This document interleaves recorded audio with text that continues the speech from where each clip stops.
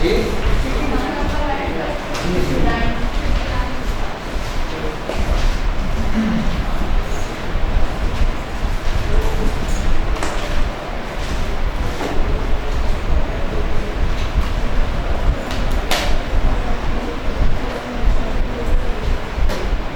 हमने स्टार्ट किया था मल्टीपल प्रोडक्ट्स के साथ। अगर ब्रेक इवन सेल्स जो है वो मल्टीपल प्रोडक्ट्स में आ जाए तो फिर हमें उसे कैसे सॉल्व करना है। अब कोई भी बिजनेस अगर है और वो एक से ज़्यादा प्रोडक्ट बना रहा है और हर प्रोडक्ट का हमने ब्रेक इवन यूनिट्स या ब्रेक इवन जो है वो सेल्स रेवेन्यू निकालना है या यूनिट्स निकालने हैं, तो ये जानना हमारे लिए ज़रूरी होगा कि कौन सी प्रोडक्ट को मेनली टारगेट देने के लिए होता है कि हम इस प्रोडक्ट को कितना बनाएं, उसको बेच के कितना कमाएं कि हम ब्रेक इवन पे पहुंच सकें।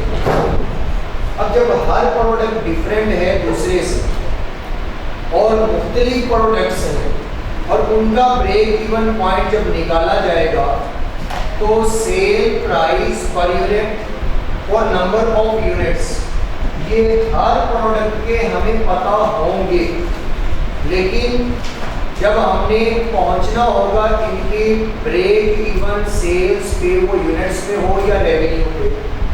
अगर तो बिजनेस में एक ही प्रोडक्ट है उसके लिए तो आप आसानी से पहुंच सकते हैं कि जो भी वेरिएबल खर्चा हुआ, जो भी फिक्स खर्चा हुआ, वो सारे का सारा वो पूरी फैक्ट्री का खर्चा उसी प्रोडक्ट के लिए हो रहा है।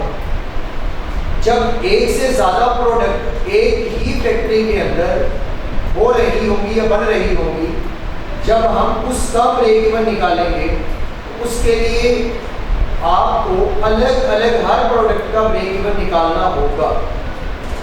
इसलिए ताकि हमें पता चले कि कौन सी प्रोडक्ट के कितने यूनिट्स बनाए जाएं या उनको बेच के कितना रेवेन्यू अर्न किया जाए। लेकिन ये आप जो हर एक प्रोडक्ट का अलग अलग ब्रेक इवन पॉइंट निकालेंगे, ये क्या पॉसिबल है क्या डायरेक्ट निकालना? नहीं, क्योंकि फिक्स्ड कॉस्ट जो है वो पूरी फैक्ट्री की तमाम प्रोडक्ट पे लगने वाली कॉस्ट होगी। अब वो आइडिया नहीं होगा कि फिक्स्ड कॉस्ट कितनी किस प्रोडक्ट पे लग रही है। अगर हमें ये आइडिया हो जाए तो फिर हम ब्रेक इवन तक पहुंच सकते हैं। या दूसरा रूल जिसके मैंने कुछ स्टेप लिखवाए थे कि आपको या तो एक रेशो दे देगा यूनिट्स में यानी कि क्वांटिटीज में, या रेशो दे देगा रेवेन्यू। मैंने कहा ना दो केसेस हम जो है वो डिस्कस करेंगे इसके अंदर।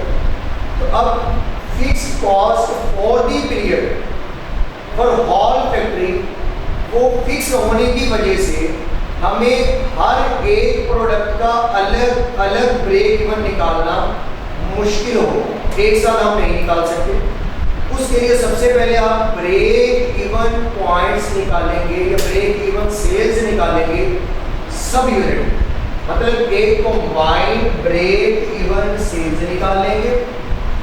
वो कैलकुलेट करने के बाद फिर आपको मैनेजमेंट की तरफ से एक रेशो दे दी जाएगी। आप उस रेशो की बेस पे वो product wise break even sales को क्या कर देंगे, एलोकेट कर देंगे। अगेन सबसे पहले ना तो आप अलग अलग तो निकाल नहीं सकते क्योंकि फिक्स्ड कॉस्ट अलग अलग नहीं दी। और ये एक नोट एंड पे लिखवाऊंगा कि अगर अलग अलग आपको प्रोडक्ट वाइज ब्रेक इवन दे भी दे, सॉरी फिक्स्ड कॉस्ट दे भी दे क्वेश्चन के अंदर, तो ये एक धोखा होगा। कभी भी ऐसा नहीं होगा कि आप अगर अलग अलग दी है तो आप अलग अलग निकालो। अगर प्रोडक्ट ए की अलग दी है, प्रोडक्ट बी की फिक्स्ड कॉस्ट अलग दी है क्वेश्चन के अंदर, तो खुश नहीं होना कि ये तो अलग अलग दे दी तो हम ब्रेक इवन सेल्स निकाल लिए अलग अलग। आपको वहां पर भी उन दोनों कॉस्ट फिक्स को ऐड करने के बाद फिर टोटल लाके यही स्टेप फॉलो करने होंगे। वो सिर्फ एक धोखा होगा तो मतलब बच्चे यहाँ गलती करेंगे, क्योंकि आपको पता है कि फिक्स कॉस्ट जो होती है वो ए और बी प्रोडक्ट के ऊपर डायरेक्ट एलोकेट होती है। वो तो ऑल दी ईयर पूरी फैक्ट्री की क्या है, सेम है तो वो यूनिट तक जल्दी आती ही नहीं है। और अगर आपको क्वेश्चन में वो दे भी दे तो आपने उसे इग्नोर करना है अलग अलग के वे। दोनों को टोटल कर लेने या तीन को रख लें तो तीनों की फिक्स भी होगी। सबको ऐड करने के बाद एक टोटल फिक्स कॉस्ट बना लेनी और फिर सबका कंबाइन, पहला स्टेप होगा सबका कंबाइंड ब्रेक इवन सेल्स निकालेंगे। नंबर 2 पे वो जो कंबाइंड ब्रेक इवन सेल्स निकला होगा उसको आप एलोकेट कर देंगे या आप जो है वो अपोर्शन कर देंगे या एलोकेट कर देंगे product wise break even sales पे by using a ratio suggested by management. ये मैनेजमेंट सजेस्ट करेगी कि वो रेशियो कौन सी होगी। वो रेशियो दो तरह से थी, या तो वो यूनिट की रेशियो हो सकती है यानी कि क्वांटिटीज की रेशियो हो सकती है या वो रेवेन्यूज की रेशियो हो सकती है।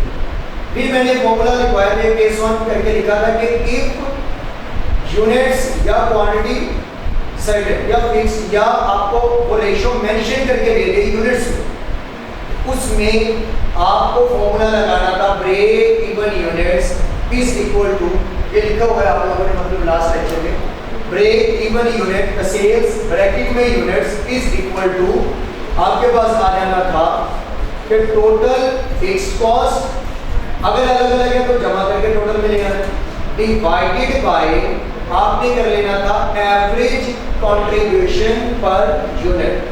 और एवरेज कंट्रीब्यूशन पर यूनिट निकालने के बाद वो जो आप निकालेंगे एवरेज कंट्रीब्यूशन पर यूनिट उसका फॉर्मूला था आपके पास कि जो contribution per unit of product ए निकला इनटू रेशियो ऑफ ए की जो भी रेशियो क्वेश्चन के अंदर गिवन है, जो रेशियो फिक्स करके दी है वो रेशियो आप उससे मल्टीप्लाई करके वो एक ए का निकल आना था, फिर बी का, फिर सी का, फिर डी का, सबको ऐड कर लेना था। या दूसरा फॉर्मूला इसके लिए आप अप्लाई कर सकते हैं summation W x divided by summation W, यानी कि अगर एवरेज कंट्रीब्यूशन निकालनी है तो एवरेज कंट्रीब्यूशन के लिए एक और formula summation W into x divided by summation. ये याद हो तो आप लोगों ने यूएमएस में पढ़ा था वेटेड मीन, जब कंबाइंड वेटेड मीन था तो ये उसके अंदर फॉर्मूला आप लोगों ने पढ़ा था। अब यहाँ पर जो समीशन W इनटू x है, यहाँ पर ये x होगा, ये रिप्रेजेंट करेगा कंट्रीब्यूशन पर यूनिट,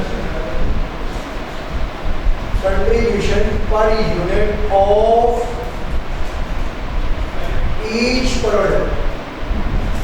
हर प्रोडक्ट का आने वाला कंट्रीब्यूशन x होगा और ये जो W होगा आपके पास ये वो रेशियो होगी, रेशियो ऑफ, अगर तो केस है यूनिट्स का तो यूनिट्स में रेशियो बताई होगी, और अगर आपके पास केस आ गए रेवेन्यू में तो फिर रेशियो ऑफ रेवेन्यू होगी। और ये डिसाइड की जाती है by management, decided by management. ये मैनेजमेंट डिसाइड करके बताएगी कि आपने कौन सी रेशियो रखनी है। अगर तो वो चुप होगा तो जो डाटा के अकॉर्डिंग सूटेबल आपके पास बचती डाटा के अंदर सूटेबल बनती होगी रेशियो, आप वो ही फॉलो करेंगे। और अगर आपको कहीं ना कहीं खुद चेंज करके दे दे कि ये रेशियो नहीं, ये रेशियो लगानी है इसके लिए, तो फिर आपको वही लगानी पड़ेगी। जैसे वो एक एग्जाम्पल मैंने लिखवाई थी, मैंने कहा था ये मैं दोबारा करवाऊंगा, उसमें रेशियो बन रही थी 3:4 और 2:4 थी, 1:4 थी, वो हमने खुद निकाली थी। अगर एग्जामिनर वहां कह देता कि नहीं यूनिट्स की रेशियो ये नहीं, बजट वाली नहीं, मैं गिवन करता हूँ 1:2, तो फिर हमने यहाँ पर 1:2 वाला ही लिखा। और अगर आप इससे दोबारा से इस फॉर्मूला को देखेंगे, जब हम वर्किंग में करेंगे तो बनेगा वही कि contribution per unit of A multiply by ratio of, यही चीज को बन गई। और यही चीज तो हमें ऊपर लिखी। अगर आप फॉर्मूला में जब क्वेश्चन करेंगे तो आप चाहे इससे कर लें चाहे इससे कर लें, आंसर दोनों का सेम आएगा। अब ये जब आप एवरेज कंट्रीब्यूशन पर यूनिट से डिवाइड करवा चुके होंगे, आपके पास निकलेगा ब्रेक इवन सेल्स के यूनिट्स, वो सारे के सेम होंगे, मतलब कि वो कंबाइंड प्रोडक्ट के होंगे।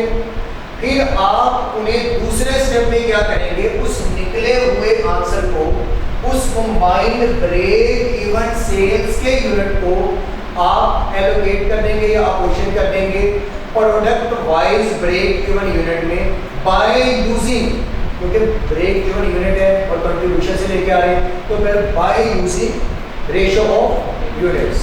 तो आप यूनिट्स की रेशियो पे फिर क्या कर देंगे, उन्हें एलोकेट करके हर एक प्रोडक्ट का अलग अलग ब्रेक इवन निकालेंगे। अब क्वांटिटी का भी पढ़ लेंगे, उसके बाद जो है कि वो हम कर लेते हैं एक ही कंबाइंड क्वेश्चन, क्योंकि मैंने एक का तो लिखवा दिया था आपको यूनिट और सॉरी क्वांटिटी का कह रहा हूँ रेवेन्यू का।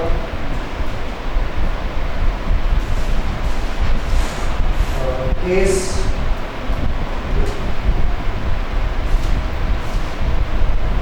if revenue of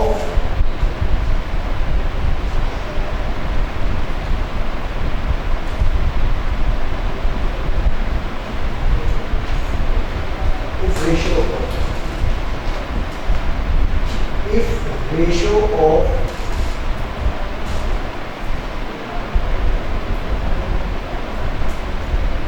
revenue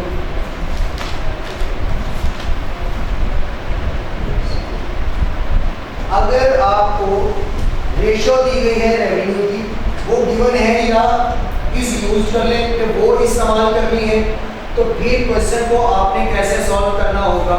तो सबसे पहला स्टेप क्या करेंगे हम, कंबाइंड ब्रेक इवन निकालेंगे। स्टेप नंबर 1 क्या होगा, कंबाइंड ब्रेक इवन सेल्स, और अब इसमें है रेशो किसमें गिवन है, रेवेन्यू। तो हम यहां पर भी कौन सा फॉर्मूला लगाएंगे, revenue is equal to total fixed cost divided by average CS।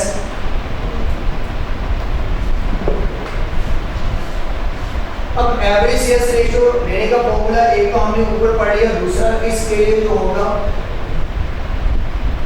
Average CS ratio is equal to contribution CS ratio into ये AP और कंट्रीब्यूशन, फिर प्लस कर देंगे आप सेकंड वाला, और फिर इसी तरह जो है वो आप प्लस करते जाएंगे थर्ड फोर्थ। जैसे हमने contribution per unit into ratio लिखा, वैसे ही CS रेशियो निकल आएगी इनटू जो भी रेशियो बनेगी A की वो वाली, और ये रेशियो आपके पास कौन सी होगी, इसे सिंपल CS है, CS इनटू रेशियो। ये CS इसकी जगह पे आ जाएगा, जैसे हमने कंट्रीब्यूशन पर यूनिट पढ़ा था तो कंट्रीब्यूशन निकला था, वैसे ही ये CS आ गया मल्टीप्लाई बाय रेशियो कौन से वाली, जो क्वेश्चन के अंदर गिवन होगी, प्लस फिर CS of B product plus into ratio of B, और ये और ऐसे चलता जाएगा। तो इससे आपके पास निकलेगी वैल्यू, ये आप पुट कर देंगे इस फॉर्मूला में, फिर आपके पास जो आंसर आएगा वो आएगा combined break even sales in revenue. Step number 2 जो यहाँ से निकला हुआ आंसर होगा, उसमें स्टेप नंबर 2 आप अप्लाई करेंगे। तो combined break even sales in revenue split into break even sales revenue of each product by using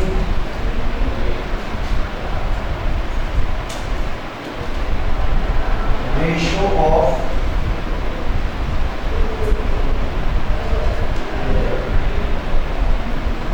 combined break even sales revenue को सब्ट्रैक्ट कर देंगे break even revenue of each product, हर product में by using ratio of revenue. और ये ratio of revenue कौन सी होगी, ये रेशियो ऑफ रेवेन्यू कौन सी होगी, यूजिंग इन स्टेप नंबर, ये वही रेशियो होगी जो आपने ऊपर यूज की।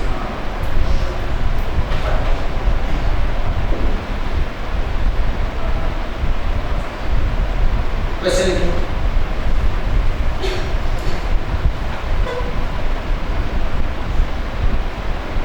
Total fixed cost, total fixed cost for the period